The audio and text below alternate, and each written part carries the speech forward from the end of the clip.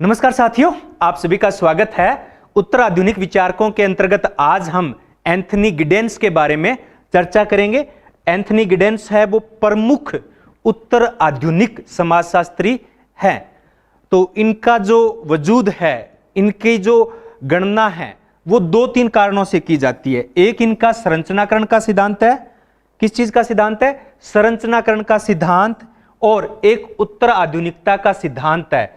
इन दो कारणों से इनकी गणना है विश्व के प्रमुख समाजशास्त्रियों में की जाती है। तो आज हम दोनों के बारे में डिटेल से चर्चा करेंगे कि संरचनाकरण का सिद्धांत क्या है और उत्तर आधुनिकता, जिसे वो लेट आधुनिकता या पश्चाती आधुनिकता कहते हैं, उसका अर्थ क्या है।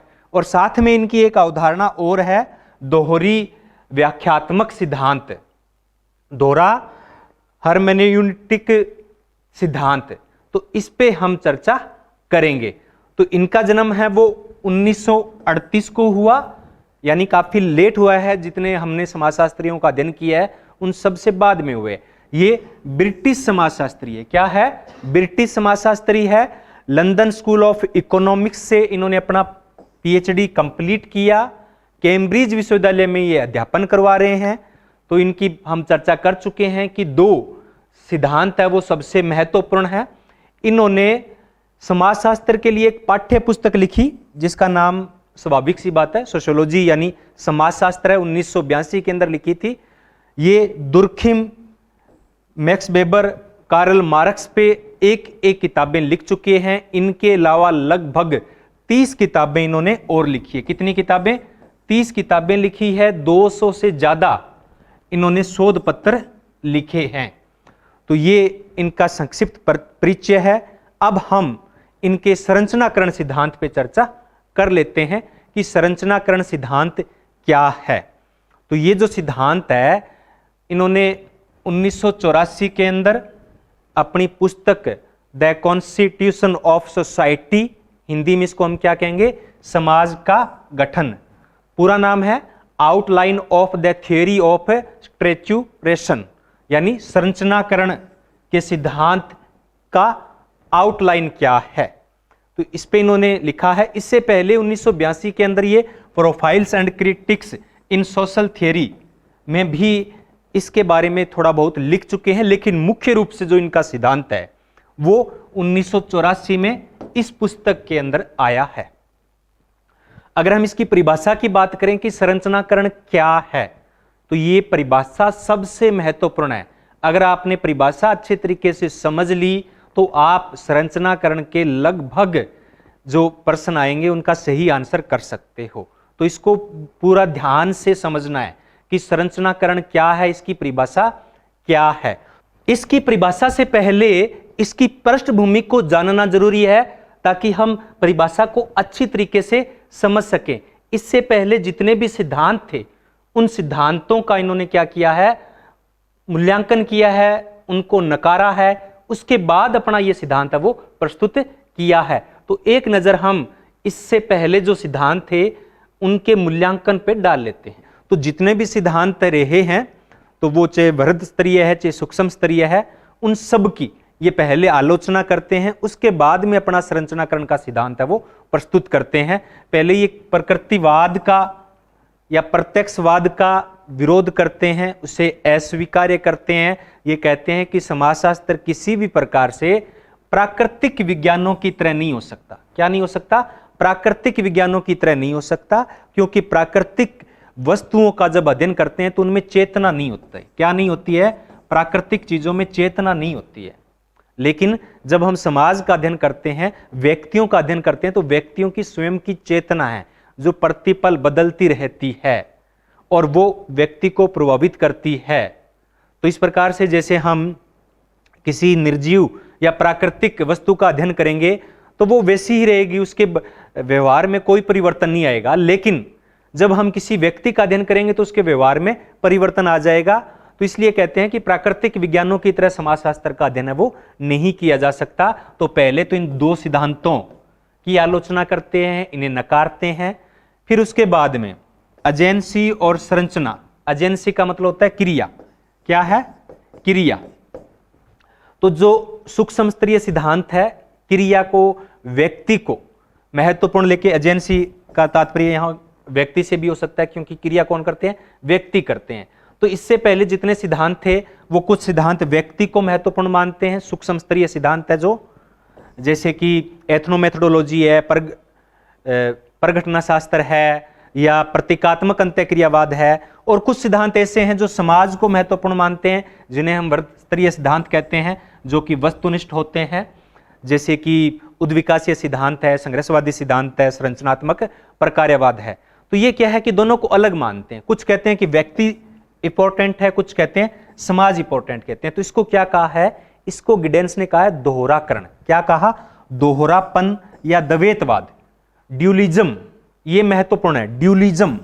इसको क्या कहा? ड्यूलिज्म कहा है कि ये ड्यूलिज्म है, दोहरापन है। एक तो व्यक्ति है, दूसरी तरफ समाज है, दोनों अलग अलग हैं। लेकिन गिडेंस कहते हैं कि नहीं, ऐसा बिल्कुल ही नहीं है। व्यक्ति और समाज दो नहीं है, वो एक ही है। तो इसको इन्होंने द्वैतवाद को, ड्यूलिज्म को निरस्त करके इसको स्वीकार नहीं करते हैं। इसको क्या कहते हैं? ड्यूलिटी कहते हैं। सॉरी, यहां मिस्टेक है स्पेलिंग में। क्या कहते हैं इसको? द्विविधता, ड्यूलिटी। यानी ये दोनों संरचना और व्यक्ति एक ही सिक्के के दो पहलू हैं, ये दोनों अलग अलग नहीं हैं।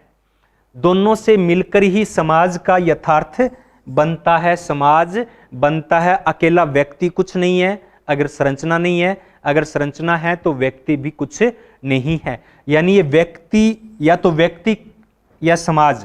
पहले के जितने सिद्धांत थे वो क्या कहते थे कि या तो सिद्धांत व्यक्ति को महत्वपूर्ण मानते थे और या समाज को महत्वपूर्ण मानते थे। लेकिन गिडेंस कहते हैं कि व्यक्ति या समाज नहीं है, व्यक्ति और समाज है, व्यक्ति और समाज है। तो इस प्रकार से ये कहते हैं कि ये एजेंसी यानी क्रिया, व्यक्ति और संरचना की द्विविधता, ड्यूलिटी, ड्यूलिज्म नहीं, ड्यूलिटी पर आधारित है। और दोनों को इन्होंने समान रूप से महत्व दिया है। या तो दोनों को ही प्राथमिकता दी है या दोनों को ही प्राथमिकता नहीं दी है। यानी किसी एक को प्राथमिकता देकर दूसरे को नकारा नहीं है, दोनों को स्वीकार किया है। इसके बाद में वो आलोचना करते हैं प्रकार्यवाद की, उद्विकासवादी सिद्धांतों की, संघर्षवादी सिद्धांतों की, क्योंकि ये क्या है? ये संरचना को महत्वपूर्ण मानते हैं। ये किसको महत्वपूर्ण मानते हैं? समाज की स्ट्रक्चर को महत्वपूर्ण मानते हैं। और जिनसे स्ट्रक्चर बनती है, व्यक्ति से बनती है, जिनको गिडेंस एजेंट कहते हैं, उनकी पूर्णतया उपेक्षा करते हैं। इसी प्रकार से इन्होंने पारस्परिक क्रिया सिद्धांत है यानी प्रतीकात्मक अंत्यक्रियावादी सिद्धांत है, उनकी भी आलोचना की है, क्योंकि ये व्यक्ति को, क्रिया को विशेष महत्व देते हैं, संरचना को महत्व नहीं देते हैं। यानी दोनों के दोनों एक तरफा अध्ययन करते हैं। ये संरचना को लेकर अध्ययन करते हैं, ये व्यक्ति को अध्ययन लेकर करते हैं। यानी या तो व्यक्ति होगा या समाज होगा, दोनों नहीं होंगे। इसी प्रकार से संरचनावाद है, वो भी एक ही संरचना को महत्वपूर्ण मानता है। तो इस प्रकार जितने भी पहले जो सिद्धांत थे उन सब सिद्धांतों को ये क्या करते हैं? नकारते हैं। क्या करते हैं? नकारते हैं। इसके बाद में अपना सिद्धांत है वो प्रस्तुत करते हैं, संरचनाकरण का सिद्धांत प्रस्तुत करते हैं कि ये जितने भी सिद्धांत है वो सब कूड़े के पात्र में डालने के वाले, ये डस्टबिन में डालने योग्य हैं, ये किसी काम के नहीं हैं, क्योंकि ये कुछ प्रश्नों के जवाब मांगते हैं। तो जब अपना संरचनाकरण का सिद्धांत ये प्रस्तुत करते हैं तो कुल 3 बुनियादी प्रश्न रखते हैं। क्या रखते हैं? कुल 3 बुनियादी प्रश्न रखते हैं। क्या समाज है व्यक्तियों की क्रियाओं का संयोजन है, यानी केवल व्यक्ति की क्रियाओं का संयोजन है, संरचना का कोई रोल नहीं है? क्या समाज इन क्रियाओं से भी कुछ अधिक है? क्या संरचना प्रत्येक व्यक्ति की क्रिया से स्वतंत्र है? क्या संरचना है वो क्रियाओं से अलग है? इन सब के वो जवाब के अंदर ये अपना संरचनाकरण का सिद्धांत प्रस्तुत करते हैं। और इस सिद्धांत को गिडेंस क्या कहते हैं? अप्रकार्यवादी घोषणा पत्र। क्या कहते हैं? अप्रकार्यवादी घोषणा पत्र कहते हैं। प्रकार्यवादी नहीं है ये सिद्धांत। ये क्या है? अपने आप को ये क्या कहते हैं कि ये अप्रकार्यवादी सिद्धांत है, प्रकार्यवादी नहीं है, संरचनात्मक प्रकार्यवादी नहीं है। और ये जो सिद्धांत है वो विवेचनात्मक समाजशास्त्र के अंतर्गत आता है। तो ये अपना सिद्धांत प्रस्तुत करने से पहले जितने भी पहले के सिद्धांत है उन सब सिद्धांतों की आलोचना करते हैं, फिर ये अपना सिद्धांत है वो प्रस्तुत करते हैं। तो फिर ये परिभाषा किस प्रकार से देते हैं सामाजिक संरचना की, कि सामाजिक संरचना है वो सामाजिक कर्ताओं की, यानी व्यक्ति से बाहर की वस्तु नहीं है। किससे बाहर की वस्तु नहीं है? व्यक्ति से बाहर की वस्तु नहीं है संरचना। जैसा कि इमाइल दुर्खिम ने कहा था कि संरचना है वो व्यक्ति से बाहर है, बाह्य है। क्या विशेषता बताई थी? इमाइल दुर्खिम ने बताया था कि संरचना है वो व्यक्ति से बाह्य है, बाध्यकारी है। लेकिन गिडेंस कहते हैं कि ये बाहर की वस्तु नहीं है। संरचना का जो निर्माण है वो नियमाचार और संसाधनों से होता है। किससे होता है? नियमों से और संसाधनों से होता है। किन से होता है? नियमों एवं संसाधनों से होता है। ये एक एक लाइन महत्वपूर्ण है यहां से प्रश्न पूछे जाएंगे। तो संरचना का निर्माण नियमों से होता है, संसाधनों से होता है, जो व्यक्तियों द्वारा इन नियमों और संसाधनों का उपयोग क्या किया जाता है? व्यक्तियों के द्वारा किया जाता है। व्यक्ति अपने व्यवहार के दौरान निर्मित करते हैं इनको, नियमों को और संसाधनों को, और फिर पुनर्निर्मित करते हैं, यानी संरचना को उपयोग में लेते हैं, उनमें बदलाव लाते हैं, फिर उनको पुनर्निर्मित करते हैं। ये प्रक्रिया चलती रहती है। यानी क्या है? संरचनाकरण क्या है? एक प्रक्रिया है। किसकी प्रक्रिया है? संरचना के बनने और पुनः बनने की प्रक्रिया है। इसमें संरचना बनती रहती है, बिगड़ती रहती है, फिर दोबारा बनती रहती है। तो ये प्रक्रिया है वो निरंतर जारी रहती है। यही संरचनाकरण है। तो समझ में आ गया संरचनाकरण क्या है? ये परिभाषा बहुत ज्यादा महत्वपूर्ण है, यहां से प्रश्न सबसे ज्यादा आते हैं। यानी संरचनाकरण सिद्धांत देने के लिए इन्होंने क्या किया कि पहले व्यक्ति, जिसको वो एजेंट कहते हैं, क्रिया जिसे वो एजेंसी कहते हैं, इन दोनों को नकारते हैं, और फिर सामाजिक संरचना को नकारते हैं कि दोनों को अलग अलग मानकर हम अध्ययन नहीं कर सकते, और ये दोनों अलग अलग है ही नहीं। अगर सिक्के के दो पहलू होते हैं, अगर दोनों को अलग कर दिया जाएगा, हेड और टेल को, तो क्या उसकी कोई वैल्यू रहेगी? क्या वो मुद्रा के रूप में रहेगी? तो यही कहते हैं कि अगर व्यक्ति और संरचना को अलग अलग कर दिया तो क्या वो समाज होगा? वो समाज हो ही नहीं सकता। तो इसलिए दोनों इंपॉर्टेंट है, दोनों एक ही सिक्के के दो पहलू हैं, ये अलग अलग नहीं हैं। तो इस सिद्धांत के माध्यम से गिडेंस ने क्या किया? अपना जो संरचनात्मक और सामाजिक क्रिया सिद्धांत है, संरचनात्मक सिद्धांत और सामाजिक क्रिया सिद्धांत, वर्त सिद्धांत और सूक्ष्म स्तरीय सिद्धांत, वस्तुनिष्ठ सिद्धांत और व्यक्तिनिष्ठ सिद्धांत, इन सब को जोड़ने का प्रयास किया है। यानी वही बात आ गई कि सामाजिक संरचना और क्रिया एक ही सिक्के के दो पहलू हैं, इनको एक साथ लाने का जो प्रयास है वही संरचनाकरण है। और जो क्या है? निरंतर परिवर्तितशील है। संरचना क्या है? निरंतर परिवर्तनशील है। तो क्या है? सामाजिक संरचना क्रिया से बनती है और सामाजिक क्रिया संरचना से बनती है। क्या है? सामाजिक क्रिया संरचना से बनती है और सामाजिक संरचना क्रिया से बनती है। गिडेंस से क्या कहते हैं? द्विविद्या या ड्यूअलिटी। क्या कहते हैं? ड्यूलिज्म नहीं कहते, ड्यूअलिटी कहते हैं। ये यहां सबसे महत्वपूर्ण है, क्योंकि हिंदी में तो हम उलझ जाएंगे, लेकिन आप अंग्रेजी का शब्द याद रखिए, ड्यूलिज्म और ड्यूअलिटी ये दोनों अलग अलग हैं। तो ये क्रिया के लिए गिडेंस है वो क्या है? एजेंसी शब्द का प्रयोग करते हैं। कर्ता, अभिकरण के लिए ये एजेंट शब्द का प्रयोग करते हैं। क्या करते हैं? एजेंट शब्द का प्रयोग करते हैं। तो एजेंसी और संरचना, क्रिया और संरचना को ये केंद्र में रखकर क्या करते हैं? अपना संरचनाकरण का सिद्धांत है वो प्रस्तुत करते हैं। तो संरचना से क्या हो गया कि नियम और संसाधनों से है, जो एजेंट यानी व्यक्ति सामाजिक क्रिया के संदर्भ में समय और स्थान से परे प्रयोग करता है। क्या करता है? समय एवं स्थान से परे प्रयोग करता है।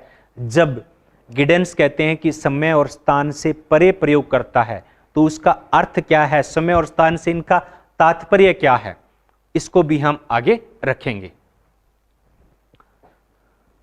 तो ये इनकी परिभाषा हो गई संरचनाकरण की, और ये पहले के सिद्धांतों की आलोचना हो गई।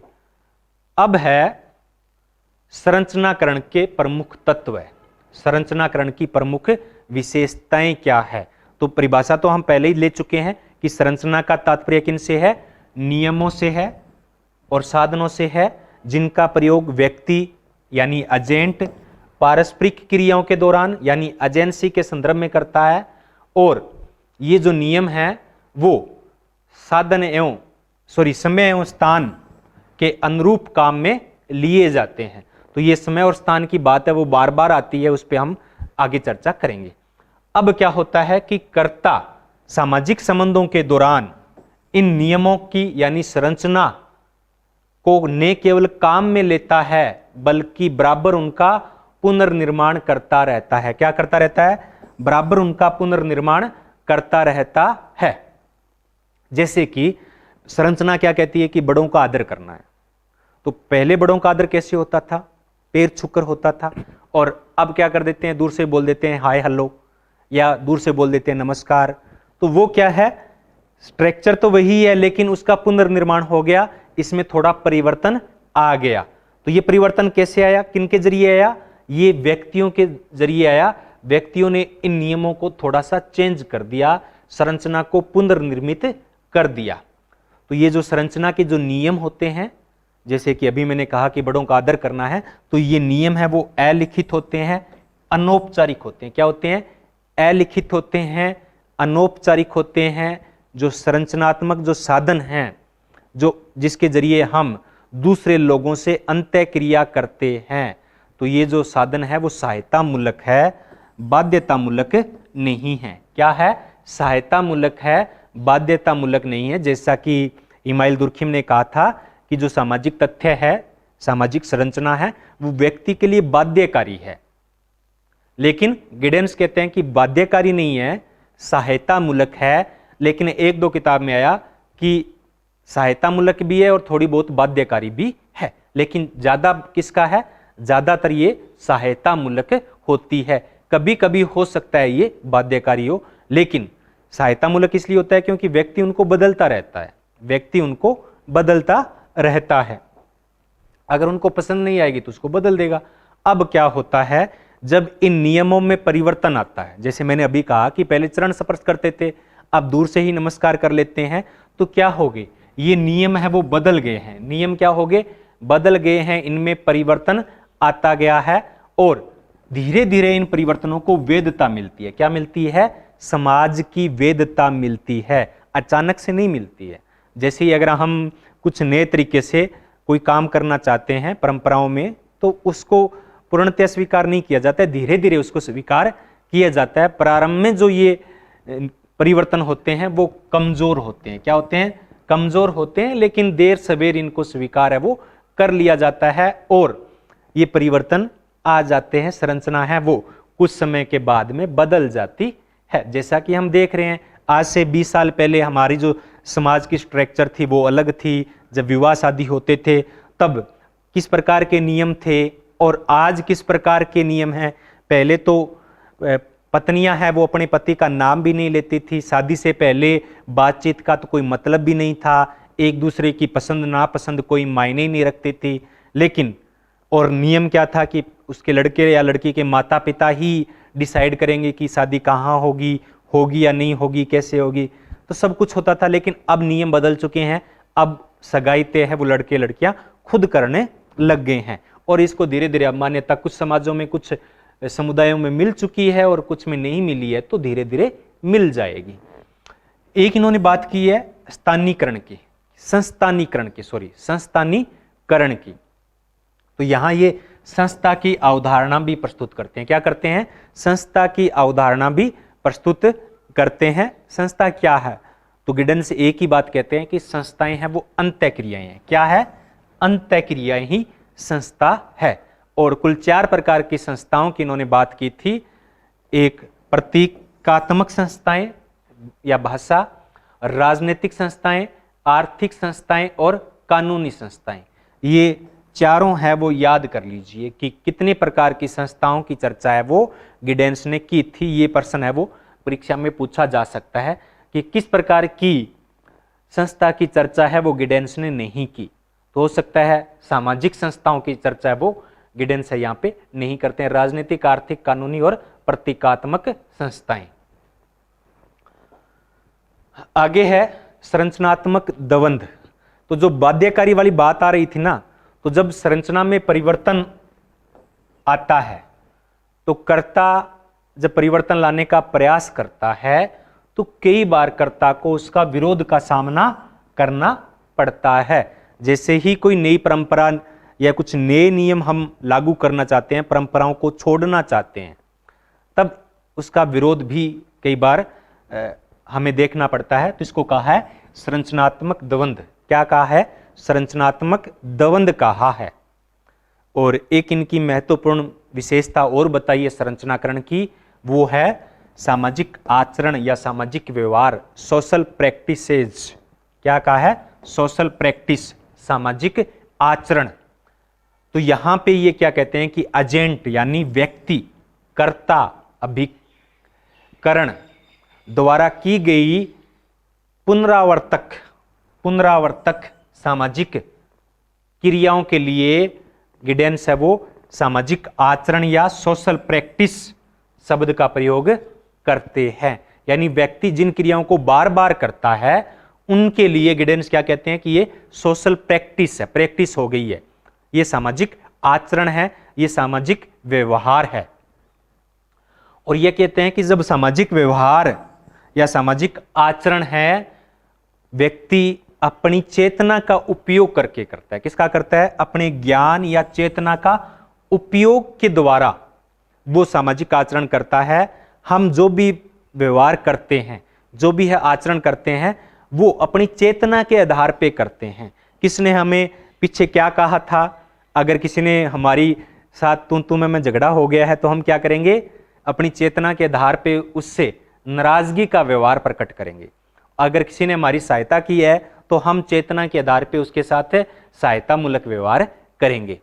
तो गिडेंस है यहाँ चेतना के 3 प्रकार बताते हैं। कितने प्रकार बताते हैं? 3 प्रकार की चेतना की बात है वो गिडेंस करते हैं। नंबर 1 व्यवहारिक चेतना। किस प्रकार की चेतना? व्यवहारिक चेतना। तो रूटीन के जो भी हम कार्य करते हैं, रूटीन के जितने भी हम कार्य करते हैं, सुबह उठने से लेकर रात को सोने तक, किस प्रकार से खाना पीना, नहाना धोना, सब कुछ, तो वो रूटीन के जो कार्य है जिसमें हम कोई ज्यादा सोच समझते नहीं है, ज्यादा सोचते समझते नहीं है, अपनी आदत के कारण हम अगर कोई कार्य कर रहे हैं, जैसे कि सुबह किसी की आदत है मॉर्निंग वॉक पे जाने की, वो डेली जा रहा है, तो वो क्या है? व्यवहारिक चेतना है। दूसरे प्रकार की चेतना क्या है? दूसरे प्रकार की चेतना बताइए, तार्किक चेतना। क्या बताइए? तार्किक चेतना। तो जो हमारे सामान्य रूटीन के कार्य होते हैं, यानी जो सामान्य चेतना होती है उससे ऊपर की चेतना है, उसको क्या कहा है? तार्किक चेतना कहा है। उसमें व्यक्ति क्रिया के पीछे कारणों को खोजता है। क्या करता है? क्रिया के पीछे कारणों को खोजता है। जैसे कि उसकी रूटीन की आदत है कि वो सुबह सुबह घूमने जाता है, लेकिन उसको बाद में पता चलता है कि घूमना तो स्वास्थ्य के लिए बहुत ज़्यादा लाभदायक है, इससे ये रोगों से बचा जा सकता है। तो अब इसमें क्या है कि वो तर्कता आ गई है, उस कार्य को करने के पीछे उसके पीछे तर्क है, पहले कोई तर्क नहीं थे।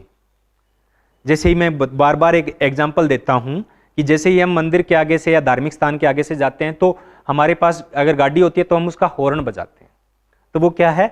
हमारी अचेतन अवस्था है, उसमें हम तर्क नहीं लगाते हैं। लेकिन जब तर्क करने लग जाते हैं, जैसे कि अभी आप वीडियोस देख रहे हो, क्यों देख रहे हो? इसके पीछे आपकी तार्किक चेतना है, नहीं कि सामान्य रूटीन की आदत है। ऐसे कोई नहीं देखता है, कोई ना कोई उसके पीछे तर्क होता है। तो आप जो क्रिया कर रहे हो उसके पीछे जो कारण है वो क्या है? तार्किक चेतना है। और एक है अचेतन आचरण। क्या कहा है? अचेतन आचरण, दबी हुई भावनाएं, दबी हुई आकांक्षाएं, ईड, जो जिसको फ्राइड ने क्या कहा है? ईड कहा है। क्या कहा है? ईड। और क्या कहेंगे हिंदी में इसको, इंछा कहा है। तो इस प्रकार की जो आज करते हैं दबी होती है, और इस प्रकार की जो चीजें होती है समाज उनको स्वीकृति नहीं देता है और दे भी नहीं सकता, क्योंकि देगा तो फिर संरचना नहीं बचेगी, अराजकता का माहौल है वो उत्पन्न हो जाएगा। तो जो भी क्राइम करता है या कुछ इस प्रकार की हरकतें करता है जो समाज के द्वारा स्वीकार्य नहीं है, वो क्या है, अचेतन है। व्यक्ति अपनी भावनाओं में बहकर कर लेता है, चीजों को दबाता है, लेकिन एक दिन वो फूट पड़ता है और वो समाज के लिए खतरनाक होता है। तो ये अचेतन आचरण है। तो चेतना के कितने प्रकार हो गए, 3 प्रकार हो गए, व्यवहारिक चेतना, तार्किक चेतना और अचेतन चेतना या अचेतन आचरण। तो इस प्रकार संरचना में अनेक नियम होते हैं, उपनियम होते हैं, जिनके आधार पर कर्ता यानी एजेंट संरचना को उत्पन्न करते हैं और बाद में संरचना क्रिया करने के लायक बनाती है। यानी संरचना से क्रियाएं बनती है और क्रिया से संरचना बनती है। दोनों एक दूसरे के पूरक हैं, दोनों एक दूसरे के सहयोगी हैं, दोनों एक साथ अध्ययन किया जा सकता है, दोनों का अलग अलग अध्ययन नहीं किया जा सकता, जो कि इससे पहले के विचारक करते आ रहे थे। इसकी आलोचना भी की गई है इस सिद्धांत की, संरचनाकरण सिद्धांत की, कि ये जो है कर्ता संरचना के आधार पे क्रिया करता है, लेकिन गिडेंस संरचना के दबाव की चर्चा नहीं करते हैं। क्या नहीं करते हैं, संरचना के दबाव की, यानी संरचना समाज व्यक्ति पर दबाव डालती है, बाध्यकारी है, जिसकी चर्चा है वो नहीं करते हैं। और ये इसके साथ ये भी आलोचना की जाती है कि यह सिद्धांत अत्यधिक अमूर्तीकरण है, यानी अमूर्त अवधारणाओं को प्रयोग किया गया है, जिन्हें आनुभविक आधार पे सिद्ध करना काफी मुश्किल है। आनुभविक पहलू इसका खो गया है। इन 2 आधारों पे इस सिद्धांत की आलोचना भी की जाती है। तो ये इनका संरचनाकरण का सिद्धांत था। अब है आधुनिकता का, उत्तर आधुनिकता का विश्लेषण। आधुनिकता या उत्तराधुनिकता मान सकते हैं इनको। तो इनका जो उत्तराधुनिकता का सिद्धांत है वो 2-3 किताबों में मुख्य रूप से है। एक state nation and violence 1985, nation state and violence, राष्ट्र राज्य और वायलेंस संघर्ष कह सकते हैं। इसमें इन्होंने प्रारंभ में रखा, लेकिन इनका जो मुख्य सिद्धांत है उत्तराधुनिकता का वो है 1990 में इनकी पुस्तक आई थी, आधुनिकता के परिणाम, द कंसिक्वेंसेस ऑफ मॉडर्निटी, यानी आधुनिकता के परिणाम। इसमें इस पुस्तक में इन्होंने अपना उत्तराधुनिकता या आधुनिकता का सिद्धांत रखा है, जिसे वो लेट मॉडर्निटी कहते हैं। और एक पुस्तक को और है, modernity and self identity, self and society in the late modern age, ये 1991 में आई थी, मॉडर्निटी एंड सेल्फ आइडेंटिटी। तो ये पुस्तक 1991 में आई थी। इन 3 किताबों में ये अपना आधुनिकता का सिद्धांत प्रस्तुत करते हैं। और सबसे महत्वपूर्ण 1990 की ये पुस्तक है, इसमें करते हैं। तो ये कहते हैं कि यूरोप के अंदर आधुनिकता का विकास है, वो कब हो गया था प्रारंभ, 16वीं ईस्वी में आ गया था। कब शुरू हो गया था, 16वीं शताब्दी में, 16वीं ईस्वी में लगभग प्रारंभ हो गया था। ये आधुनिकता को जो उत्तर यूरोपीय सामंती व्यवस्था है, जो यूरोपीय सामंती व्यवस्था है, जो मध्यकाल वाली नहीं, उसके बाद की, तो उत्तर यूरोपीय सामंती व्यवस्था से ये आधुनिकता को जोड़ते हैं। और इससे पहले जो समाज था उसको वो परंपरागत समाज कहते हैं। क्या कहते हैं, परंपरागत समाज कहते हैं। और ये कहते हैं कि जो उत्तराधुनिकता है, तो आधुनिकता तो बहुत पहले आ चुकी थी, ये लेट मॉडर्निटी है, पछेती आधुनिकता है, जो कि पूरे विश्व में अब फैली है। तो आधुनिकता है क्या? अगर मैं आपसे एक प्रश्न पूछूं कि आधुनिकता क्या है, मॉडर्निटी क्या है, कैसे समझोगे मॉडर्निटी की? बोल देते ना हम आम प्रयोग में कि तुम तो बड़ा मॉडर्न हो गया है, तुम तो बड़ी मॉडर्न हो गई है। तो ये मॉडर्न होना है क्या, ये आधुनिकता क्या है? आधुनिकता को समझने के लिए आपको एक शब्द जानना जरूरी है। क्या शब्द जानना जरूरी है? परंपरा को। किसको जानना जरूरी है? परंपरा को। आधुनिक होने का जब हम कहते हैं ना, तुम तो बड़ा मॉडर्न हो गया है, यानी वो अलग प्रकार के कपड़े पहन रहा है, अलग प्रकार की भाषा का प्रयोग कर रहा है, तो उसको वो क्या कहते हैं कि मॉडर्न होना है। और ये अब से नहीं है, वैसे आधुनिकता कोई है ना आज का शब्द नहीं है, बहुत पहले ही है। शायद प्रत्येक सास है वो अपनी बहू के बारे में कहती होगी कि आजकल की बहुएं तो मॉडर्न हो गई है, चाहे वो 100 साल पहले भी क्यों ना हो। तो क्योंकि इसका होता है कि परंपराएं, अब पहले परंपराएं थी, फिर कुछ पीढ़ी आती है तो उसमें थोड़ा सा चेंजिंग आता है, जैसा कि गिडेंस ने बताया अपने संरचनाकरण के सिद्धांत में। तो पहले वाली पीढ़ी को लगता है कि समाज कुछ बदल गया है, आधुनिकता आ गई है। इसी प्रकार से आगे जब पीढ़ी दर पीढ़ी चलते रहते हैं तो लगता है कि मॉडर्निटी आ गई है। अब हमारे जो दादा हैं वो अपने को मॉडर्न कहेंगे, और जब हम आगे आने वाली पीढ़ी है उनको कहेंगे कि आजकल की पीढ़ी तो मॉडर्न हो गई है। तो मॉडर्न शब्द है वो परंपराओं के त्याग से, परंपराओं के आधार पर ही, परंपराओं को छोड़ना ही आधुनिकता कहलाती है। तो पहले हम परंपराओं को जान लेते हैं कि परंपरा क्या है। तो इनकी पुस्तक है life in post modern society. Life in post modern society में ये परंपरा और आधुनिकता दोनों का विश्लेषण करते हैं, और ये परंपराओं की 5 विशेषताएं बताते हैं। परंपराओं की कितनी विशेषताएं बताते हैं? 5 विशेषताएं बताते हैं कि परंपरा क्या है। तो ये क्या कहते हैं कि ये सामूहिक याददाश्त है। परंपरा क्या है? सामूहिक याददाश्त है, यानी इसके अंदर क्या है? सामूहिकता का बहाव होता है परंपरा के अंदर। तो कुछ एक लोग होते हैं जो परंपराओं को तोड़ने की हिम्मत करते हैं, बाकी नहीं तोड़ पाते हैं क्योंकि ये सामूहिक होती है। इसके अंदर क्या होता है? कर्मकांड को अत्यधिक महत्व दिया जाता है। क्या दिया जाता है? कर्मकांड को अत्यधिक महत्व दिया जाता है। अब मैंने क्या कहा था कि ये समय सापेक्षवाद है। क्या है? समय सापेक्षवाद है। लेकिन देखना कि जैसे जाति व्यवस्था है, जाति व्यवस्था से संबंधित जितनी भी चीजें हैं वो क्या है? जाति एक परंपरा है, और ये हजारों वर्षों तक देश के अंदर चली आ रही थी। लेकिन इस पे प्रहार कब हुआ? 1990 के बाद से इसमें तीव्र प्रहार हुआ है। तो परंपराओं को त्यागा तो पहले से जाता रहा है, लेकिन अब जो गति है इसकी और ज्यादा तीव्र हो गई है। 1960 के बाद में और ज्यादा तीव्र हो गई है। तो इसके अंदर कर्मकांड को महत्व दिया जाता है, पुरोहितों का संरक्षण मिलता है। परंपराओं को क्या मिलता है? पुरोहितों का संरक्षण मिलता है। वो परंपराओं को छोड़ते हैं तो पुरोहित जो परंपराओं को त्यागना चाहते हैं उनके खिलाफ हो जाते हैं। जैसे कि भारत के अंदर एक प्रथा रही है सती प्रथा। क्या रही है? सती प्रथा। तो राजा राम मोहन राय ने जब सती प्रथा का विरोध किया था और इसको समाप्त करने का प्रयास किया था, तब पुरोहितों ने इसका विरोध किया था कि सती प्रथा तो हमारी परंपरा है, सती प्रथा तो हमारी परंपरा है। तो यानी परंपराओं को, पुरोहितों को संरक्षण प्राप्त होता है। ये गहरा नैतिक एवं भावनात्मक लगाव होता है। परंपराओं के प्रति क्या होता है? गहरा भावनात्मक लगाव होता है। और ये क्या है?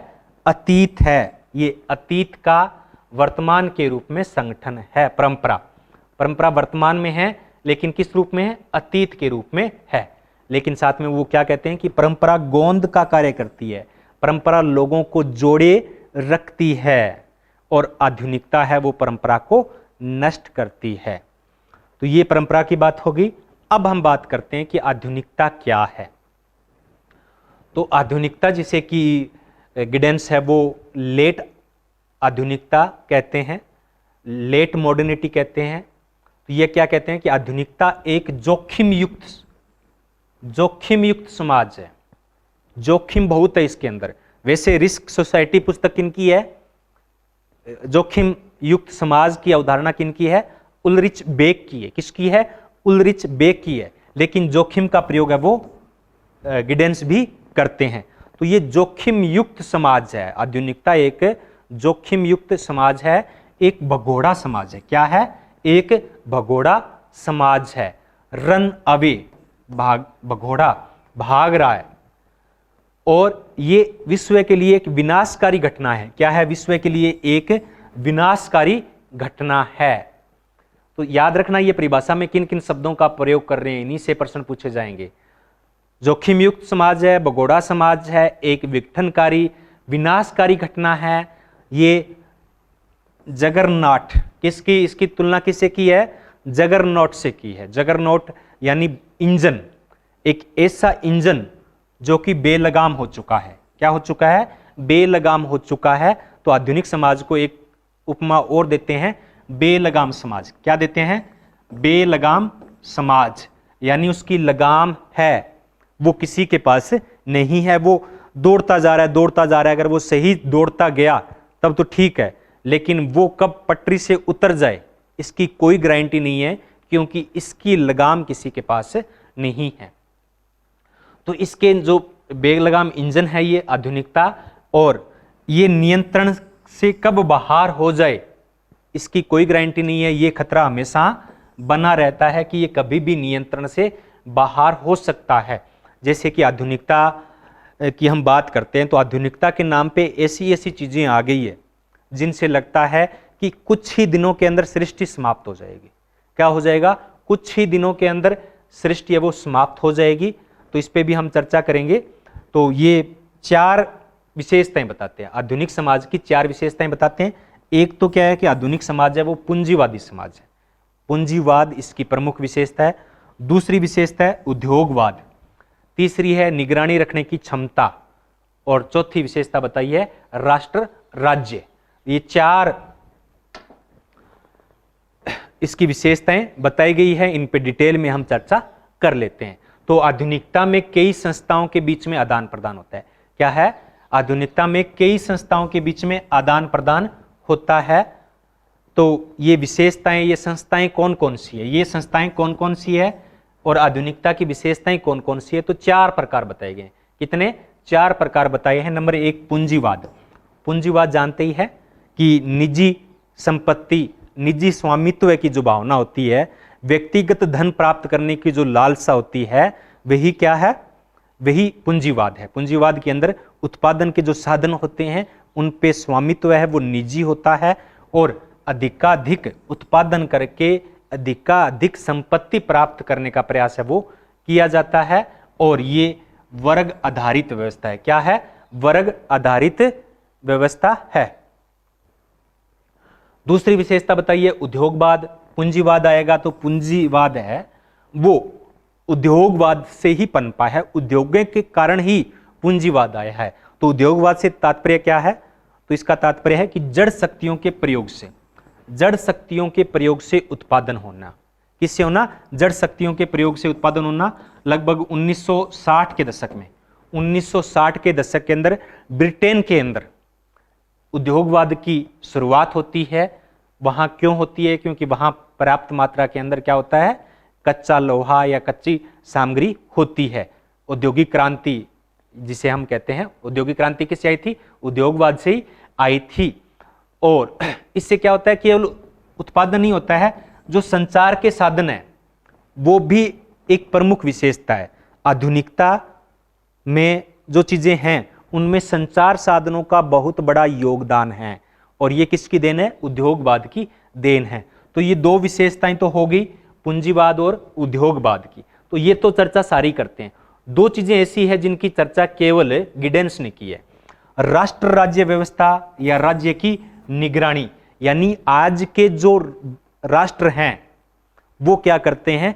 जनसंख्या की निगरानी करते हैं। वो हम लोगों के क्या कर रहे हैं, क्या नहीं कर रहे हैं, उन पे बहुत ज्यादा निगरानी रखते हैं। अभी भारत सरकार पे एक आरोप लगाया था विपक्षी दलों के द्वारा कि उस एक नाम है पेगासस, पता नहीं, मुझे पूरा नाम याद नहीं रहा।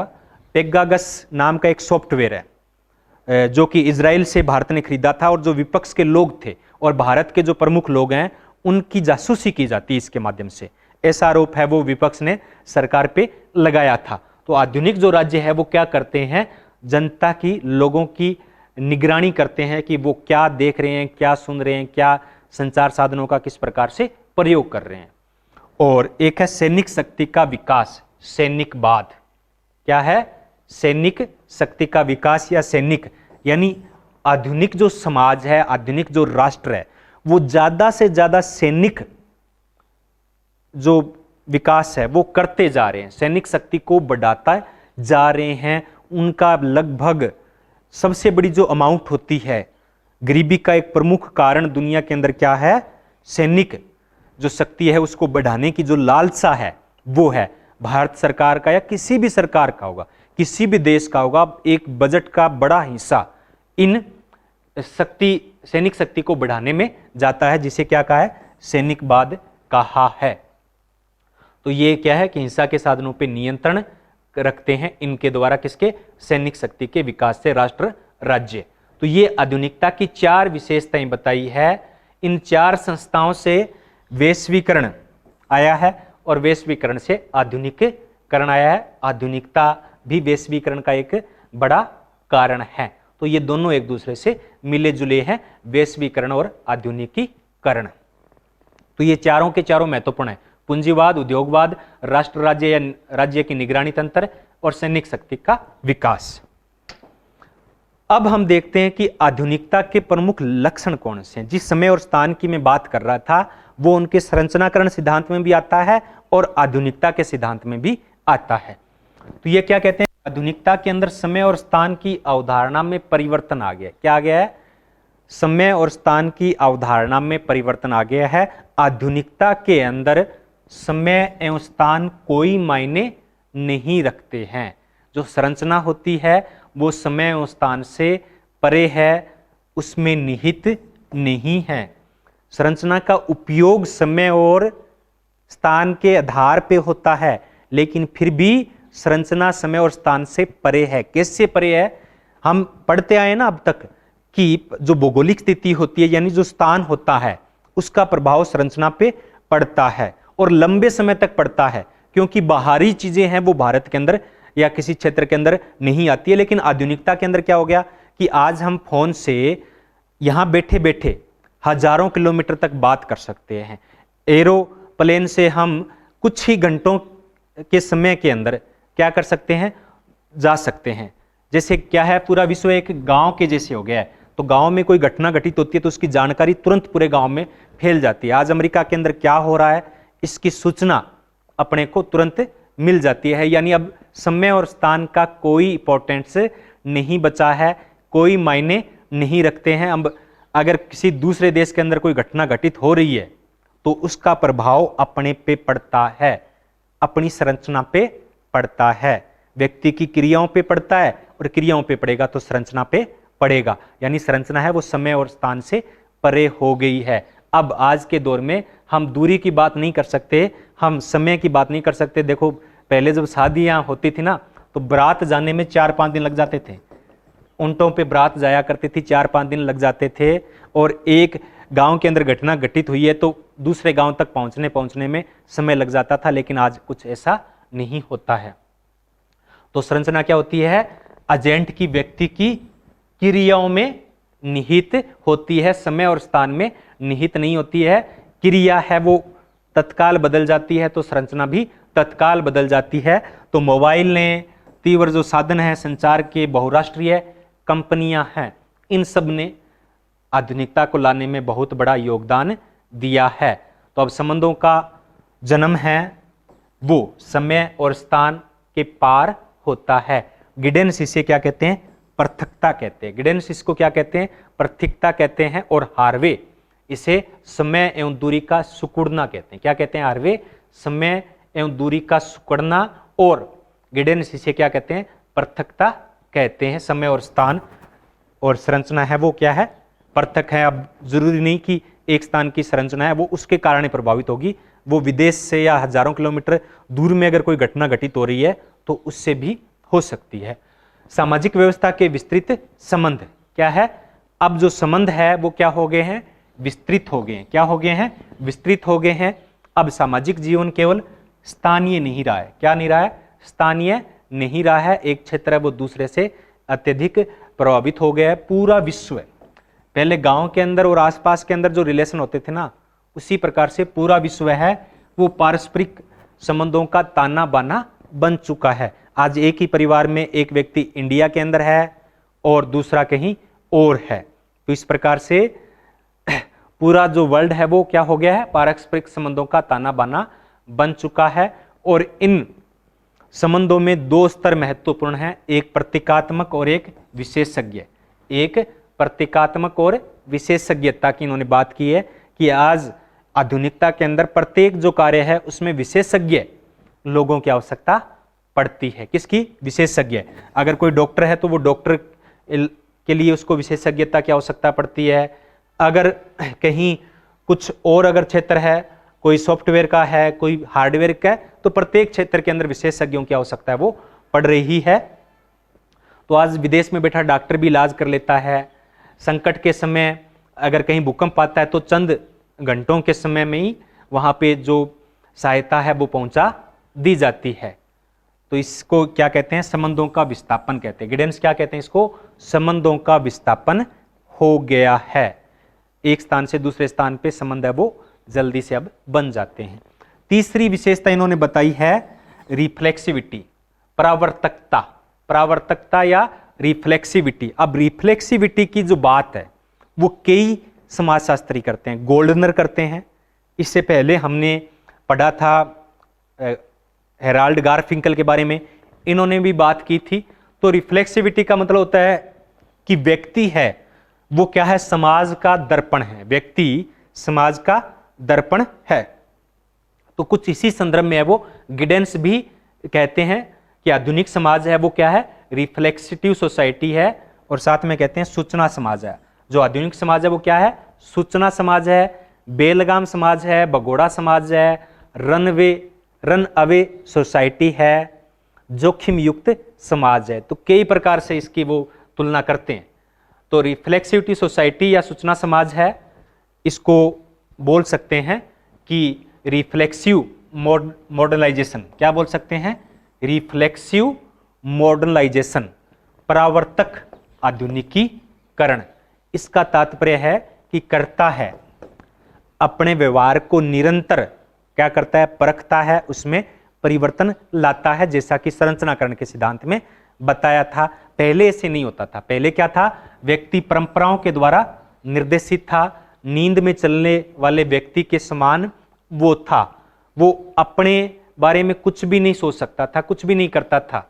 वो क्या परंपराओं के अनुसार चलता था, वो अपने व्यवहार को परखता ही नहीं था, वो केवल परंपरा के आधार पर ही करता जाता था। लेकिन आज का जो व्यक्ति है आधुनिक समाज में, व्यक्ति प्रत्येक चीज को परखता है, सोचता है, समझता है, फिर करता है। तो इसको इन्होंने कहा है समसमता। तो इससे क्या हो गया कि जो परावर्तक समाज है, इससे जो प्रतिबिंब है, बिंब है, सभी का बिंब है वो सभी स्थानों पे एक जैसा होता है। अगर आप अभी कोई मैच देखते हो, अगर ऑस्ट्रेलिया के अंदर अगर क्रिकेट मैच चल रहा है या फुटबॉल का मैच चल रहा है, अगर आप देखते हो तो वहां क्या देखोगे? जो चारों तरफ की बाउंड्री होती है उसके अंदर कोका कोला, पेप्सी, ये सब फिलिप्स, MI, इन सब के बोर्ड आपको देखने को मिल जाएंगे। और वैसे ही हो जाएंगे। पहले वहां केपरी लोग पहनते थे, जिनको हम कुछ और भी आप कह सकते हैं, वही आज हम पहनने लगे। तो ये क्या हो गया कि पूरी दुनिया है वो एक जैसी होने लगी है। पूरी दुनिया एक जैसी होने लगी है। अब पूरी दुनिया के अंदर टी-शर्ट पहनी जाती है, पहले से नहीं था। पहले प्रत्येक का अलग अलग पहनावा हुआ करता था। अब पूरी दुनिया के अंदर पेप्सी पी जाती है, पर पूरी दुनिया के अंदर पिज्जा खाया जाता है। ये क्या हो गया है? समता हो गई है, समानता आ गई है। यानी सभी स्थानों पे जो समाज है वो एक जैसा हो गया। ये आधुनिकता की प्रमुख विशेषता है। इसे संस्कृति का मिलन कहा है। क्या कहा है? संस्कृतियों का मिलन कहा है।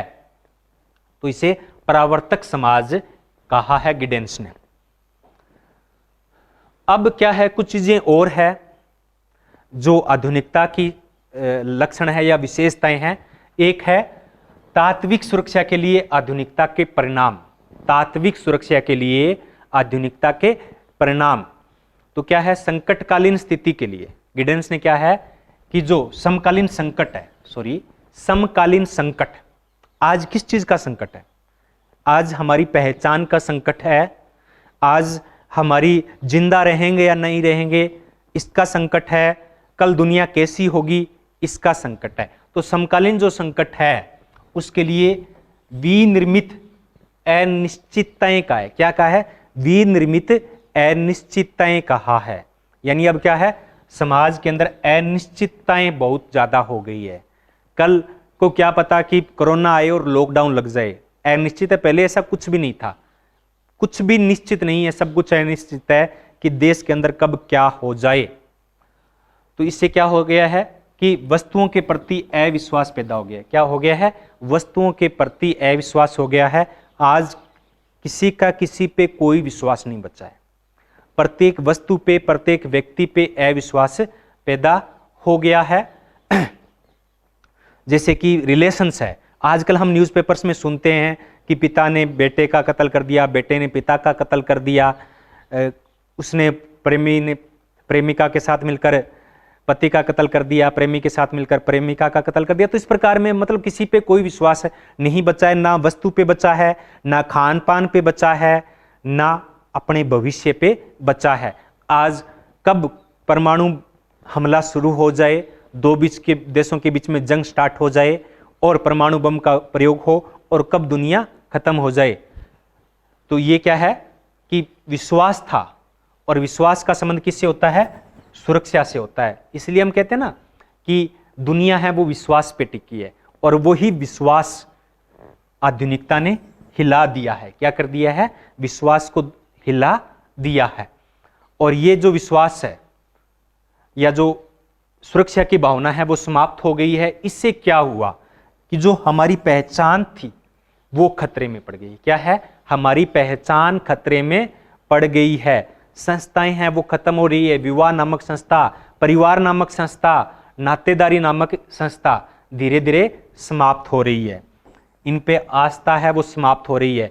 आजकल नातेदारी समाप्त हो रही है। नातेदारियां क्या है? समाप्त हो रही है। लिव इन रिलेशनशिप के कारण विवाह और परिवार भी समाप्त होने की कगार पे है। तो व्यक्ति की जो एक पहचान थी वो पहचान है वो समाप्त हो गई है। जैसे कि आदिवासी, पहले आदिवासी की अलग भाषा होती थी, अलग पहनावा होता था, अलग खान पान होता था। अब ऐसा कुछ नहीं बचा है। उसकी पहचान है वो खत्म हो गई है। ये पहले पहचान का संकट नहीं था। ये पहचान का संकट किससे आया है? ये आधुनिकता के कारण आया है। आज हमारा जो घूमर नृत्य है वो खतरे के कगार पे है। हमारी जो देसी खान पान था, जो देसी पहनावा था, वो खतरे में आ चुका है। हो सकता है कि जो हमारा ग्रामीण परिवेश की जो पहनावा है, खान पान है, वो समाप्त हो जाए। तो पहचान का संकट उत्पन्न हो गया है। और छठी विशेषता बताते हैं ये प्लास्टिक कामुकता। क्या बताते हैं? प्लास्टिक कामुकता। यौन जो है कामुकता को, इसको मैं हिंदी में क्या कहूं अभी याद नहीं आ रहा है। तो पहले क्या है? कामुकता का प्रयोग, कामुकता का प्रयोग, यौन का प्रयोग किसके लिए किया जाता था? संतान उत्पत्ति के लिए किया जाता। किसके लिए किया जाता था? संतान उत्पत्ति के लिए यौन संबंधों का प्रयोग है वो किया जाता था। अब क्या है? जो कामुकता है उसका प्रयोग संतान उत्पत्ति के लिए नहीं किया जाता है। इसका प्रयोग अब दिखावे के लिए किया जाता है। किसके लिए किया जाता है? दिखावे के लिए। आज पुरुष और महिलाएं जिम के अंदर जा रहे हैं, अपनी बॉडी को सौष्ठव बना रहे हैं, मजबूत बना रहे हैं। कुछ है वो महिलाएं हैं वो स्लिम बॉडी बनाने में लगी हुई हैं, पुरुष है वो मजबूत बॉडी में बनाने हुए लगे हैं, अंगों का प्रदर्शन कर रहे हैं, कामुकता प्रदर्शित कर रहे हैं। इस प्रकार की प्रदर्शिता को क्या कहते हैं? प्लास्टिक कामुकता कहते हैं। क्या कहते हैं? प्लास्टिक कामुकता कहते हैं। दिखावे की कामुकता है, ओरिजिनल नहीं है। और इससे क्या है? धीरे धीरे समाज किस तरफ जा रहा है, कैसे होगा, कैसे नहीं होगा, इन सबको, इसलिए वो कहते हैं कि समाज क्या है? आज का समाज है, आधुनिक समाज है, वो क्या है? बेलगाम समाज है। क्या है? बेलगाम समाज है। तो ये इनकी विशेषताएं हो गई। इसके साथ एक आधुनिक वैश्वीकरण पे थोड़ी सी ये लाइन है वो मैंने जोड़ी है कि भूमंडलीकरण या वैश्वीकरण है। गिडेंस के अनुसार भूमंडलीकरण या वैश्वीकरण केवल पश्चिमीकरण के रूप में नहीं समझा जा सकता। ये एक ऐसी प्रक्रिया है वैश्वीकरण जिसमें सांस्कृतिक बहुलता है, यानी विश्व के सभी देशों की संस्कृतियों का मिला जिला रूप है वो वैश्वीकरण है। आधुनिक समाज को क्रांति युक्त समाज कहा है। और साथ में एक लाइन और है कि असंगति से वर्ग संघर्ष का खतरा बढ़ता जा रहा है। असंगति बढ़ती जा रही है, वर्ग संघर्ष का खतरा उतना भी बढ़ता जा रहा है। ये जो मैंने इनके बारे में बताया है, एक एक लाइन से एक एक प्रश्न बनता है। और ये प्रश्न जैसे ये मैंने बताया ना, तो इसमें से 3 प्रश्न है वो नेट के एग्जाम में पूछे जा चुके हैं, इतनी सी इन 3 लाइनों से। तो प्रश्न है वो गिडेंस से बहुत ज्यादा पूछे जाते हैं। अब एक नजर हम इनके पुस्तकों पे डाल लेते हैं। इसके बाद में एक सिद्धांत इनका और बच जाता है, दोहरे व्याख्यात्मक सिद्धांत, उस पर चर्चा करेंगे। तो इन्होंने लगभग 30 किताबें लिखी। तो 4-5 किताबों की चर्चा तो हम पहले कर चुके हैं, 4-5 की अब हम करेंगे। ये किताबें भी गिडेंस की बहुत महत्वपूर्ण है, इनसे भी प्रश्न है वो बार बार पूछे जाते हैं। इनकी पहली पुस्तक बताई जाती है capitalism and modern modern social theory, capitalism and modern social theory 1971। आधुनिक समाज सिद्धांत, the class structure of advance societies, the class structure of advance society, यानी वर्ग संरचना किसमें, एडवांस सोसाइटी में, आधुनिक समाजों में वर्ग संरचना क्या है, वर्ग संरचना। The new rules of sociological method, new rules of sociological method. तो रूल्स ऑफ सोशियोलॉजिकल मेथड किनकी है,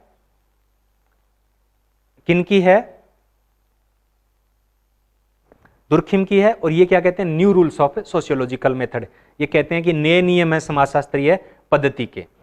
studies in social and political theory, studies in social and political theories, ये पॉलिटिकल थ्योरी के बारे में भी लिखते हैं। Central problems in social theory, सामाजिक सिद्धांतों की केंद्रीय समस्या क्या है, सामाजिक सिद्धांतों की केंद्रीय समस्या क्या है।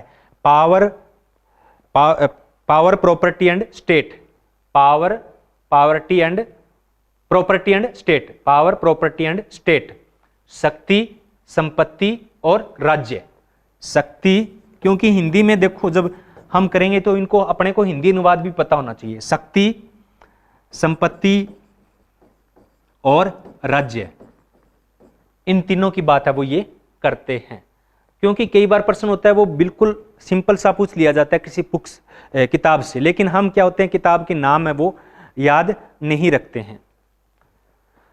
Sociology a brief but critical introduction 1982, ये इनकी जो पाठ्य पुस्तक थी जिसकी चर्चा मैं कर रहा था। Profile and critics in social theory, आगे है social class and the division of labour, social class and the division of labour, तो ये भी दुर्खिम वाली पुस्तक से मिलती जुलती है। द ट्रांसफॉर्मेशन ऑफ इंटीमेसी 1992 में। Politics, sociology and social theory in defence of sociology 1996, और Durkheim on politics and the state 1996। आजकल ये है वो पॉलिटिकल थियरी विकसित करने में लगे हुए हैं। द थर्ड वे, तीसरा रास्ता, किसका, सोशल डेमोक्रेसी का, किसका, सामाजिक जो लोकतंत्र है उसका तीसरा रास्ता ये बताने में लगे हुए हैं। ये इनका राजनीति विज्ञान के अंदर है। 10वें नंबर की भी पूछी थी क्या, the politics of climate change, और आजकल ये क्लाइमेट चेंज पे भी लिख रहे हैं 2009 के अंदर। तो ये इनकी पुस्तकें थी। अब इनका एक सिद्धांत और बचता है, दोहरा व्याख्यात्मक या समझ सिद्धांत, इसको बोलते हैं डबल, क्या बोलते हैं, ड्यूल हर्मेनेयूटिक का ये सिद्धांत क्या कहता है, दोहरा व्याख्यात्मक सिद्धांत है या डबल हर्मेनेटिक सिद्धांत। तो ये क्या है, ये कहते हैं कि सामाजिक विज्ञान और प्राकृतिक विज्ञान है, सामाजिक विज्ञान और प्राकृतिक विज्ञान है, उनमें काफी अंतर है। जब हम प्राकृतिक विज्ञानों का अध्ययन करते हैं तब हम उनके बारे में ज्यादा नहीं सोचते हैं और वो हमारे बारे में तो सोचते नहीं है। प्राकृतिक चीज है वो तो हमारे बारे में सोचते नहीं है। अगर किसी पत्थर को तोड़ा जा रहा है तो पत्थर ये नहीं कहता कि क्यों तोड़ा जा रहा है, वो सोच नहीं रहा है, वो अपना कुछ कर ही नहीं सकता, उसमें चेतना नहीं होती है। तो इसको क्या है कि इसमें एक तरफा होता है, ये क्या है, एक तरफा व्याख्या होती है, एक तरफ समझ होती है, ये व्यक्ति की प्राकृतिक चीजों की तरफ होती है। इसको इन्होंने कहा है एकल हर्मेन्यूनिक समझ कहा है। यानी जो प्राकृतिक वस्तुएं होती हैं उनमें चेतना या समझ नहीं होती है। इसके विपरीत जो सामाजिक विज्ञान होते हैं उनमें जो समझ होती है, उनकी जो व्याख्या होती है, उनकी जो हर्मेन्यूटिक है वो क्या है, दो तरफा होती है। क्या होती है, दो तरफा होती है। इसमें जिसका अध्ययन किया जाता है वो भी अध्ययनकर्ता के बारे में सोचता है। केवल अध्ययन करने वाला ही नहीं सोचता, उसकी चेतना कार्य नहीं करती, जिसके बारे में अध्ययन किया जा रहा है वो भी व्यक्ति के बारे में सोचता है। तो सामाजिक विज्ञान ने केवल व्यक्ति का अध्ययन करते हैं, बल्कि ये भी समझने का प्रयास करते हैं कि वो किस प्रकार से हमें समझ रहे हैं या अपने पर्यावरण को समझ रहे हैं। तो ये क्या है, दो है, एक बाहरी और दो आंतरिक हर्मेनेटिक समझ। तो बाहरी से तो हो गया कि व्यक्ति है प्राकृतिक चीजों का अध्ययन कर रहा है, और आंतरिक हो गया कि दोनों आपस में, अध्ययन करने वाला और जिसका अध्ययन किया जा रहा है, दोनों एक दूसरे के बारे में सोच रहे हैं। दोनों क्या है, एक बारे दूसरे के बारे में सोच रहे हैं। तो ये इनका था। आगे है नियम और जो संसाधनों की बात की थी। इन्होंने, गिडेंस ने नियम और साधनों की बात की थी। तो इन्होंने 3 प्रकार के नियम बताए और 3 प्रकार की प्रक्रियाएं बताई, 3 प्रकार के साधन बताए। कितने प्रकार ये साधन हैं, ये उनकी प्रक्रिया है। साधन और प्रक्रिया की बात इन्होंने की थी। तो साधन क्या है, 3 नियामक, विभाजन एवं प्राधिकृत यानी सत्ता और व्याख्यात्मक। और इनकी प्रक्रिया क्या है, नियामक से क्या होता है, वैधीकरण यानी उनको वैधता मिलती है। प्राधिकृत यानी प्रभुत्व से क्या होता है, प्रभुत्व मिलता है, उसको अथॉरिटी होती है। अथॉरिटी की प्रक्रिया है वो प्राधिकृत से होती है। व्याख्यात्मक से क्या होता है, अर्थ की प्रक्रिया है वो उत्पन्न होती है। तो ये 3 प्रक्रियाएं हैं, 3 साधन हैं। तो ये आज की हमारी क्लास थी। तो थैंक्स फॉर वाचिंग। अगर अच्छी लगी हो तो लाइक, शेयर एंड सब्सक्राइब जरूर करना।